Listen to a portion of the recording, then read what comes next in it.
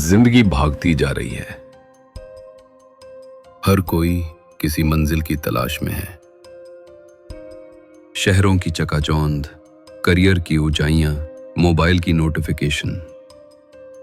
लेकिन इस भाग दौड़ में हम क्या खो रहे हैं? वो जो हमें सबसे पहले चलना सिखाते हैं, जो रातों को जाग कर हमें नींद सुलाते हैं, हमारे अपने माँ और पिता। कभी सोचा है हम अपने सपनों के पीछे कितना दौड़े और पीछे छूट गए वो जिन्होंने हमें उड़ना सिखाया?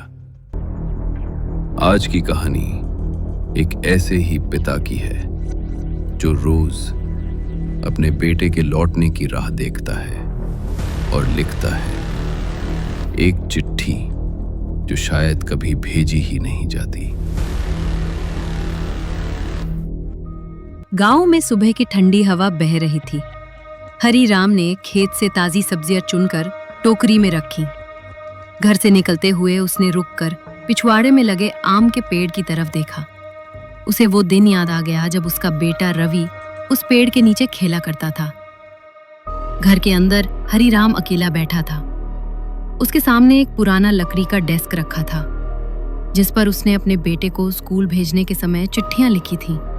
आज वही चिट्ठियां धुंधली हो चुकी थीं और रिश्ता भी। हरी राम सोच रहा था क्या आज एक चिट्ठी और लिखी जाए। उसके कांपते हाथों से एक पुराना लिफाफा उठाया और लिखने लगा, प्रिय रवि, मैं ठीक हूँ। खेतों में अब अच्छी फसल है। आम के पेड़ पर बौर आ गए हैं।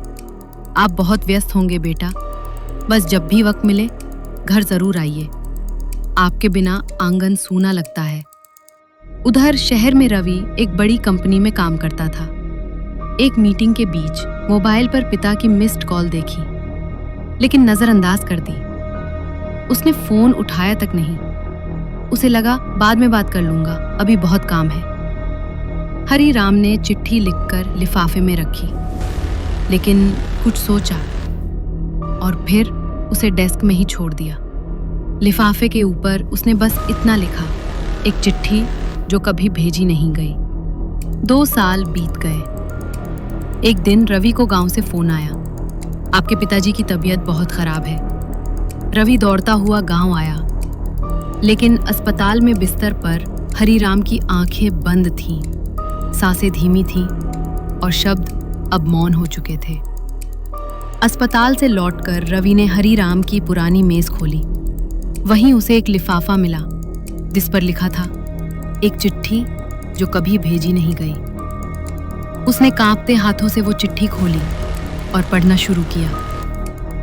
बेटा रवि, जब आप आंगन में दौड़ते थे तो घर जी उठता था। अब सब चुप है। आपकी माँ की याद आती है और आपकी भी। अगर आप एक बार भी लौट कर आ जाते तो शायद मेरी आत्मा को शांति मिलती।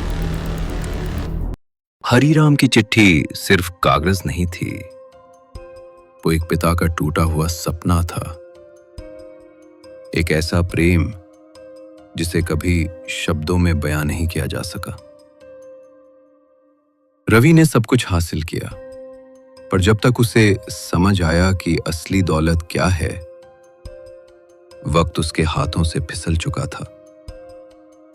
भगवत गीता में श्री कृष्ण कहते हैं, मां पितरो पूजयेत नित्यम।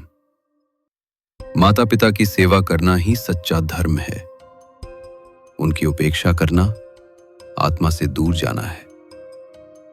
हम अपने माता पिता को समय नहीं देते, लेकिन याद रखो, वक्त एक दिन हमें वो समय लौटा कर नहीं देता। आज अगर आप इस वीडियो को देख रहे हो तो एक काम करना, मां को एक बार गले लगाओ, पिता का हाल पूछो, या बस उन्हें फोन करके कह दो, आप मेरे लिए सबसे जरूरी हैं। क्योंकि कुछ चिट्ठियां हमेशा अधूरी रह जाती हैं।